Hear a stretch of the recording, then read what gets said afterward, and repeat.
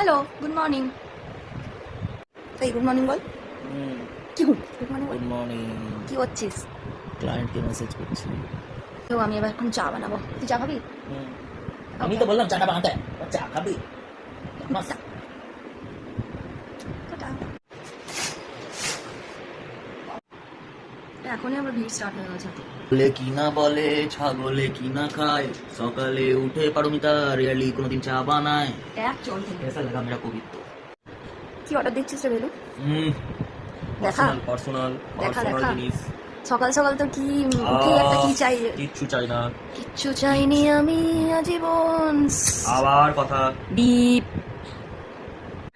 কেন আমি চা দিয়ে দিয়েছি আর আমার হাফ চা খাওয়া হয়ে গেছে।